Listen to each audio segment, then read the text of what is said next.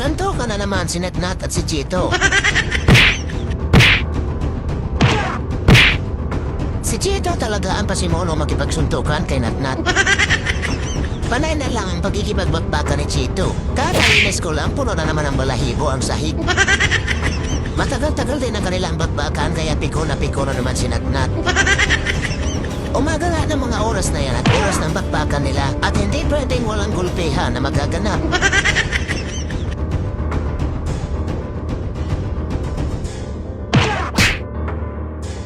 Pinapanood pa nga sila dyan ang kanilang inahing Chloe at mamaya-maya meron na din itong kalaban na si Champing. Nagpatuloy ang bakbakan at natatalo na nga si Chito. Pagkatapos ng kanilang suntukan ay sakto naman kakatapos lang makipagbakbakan ni Champing sa kanyang Auntie Chloe. Lawit na naman ang dila ng berdugo.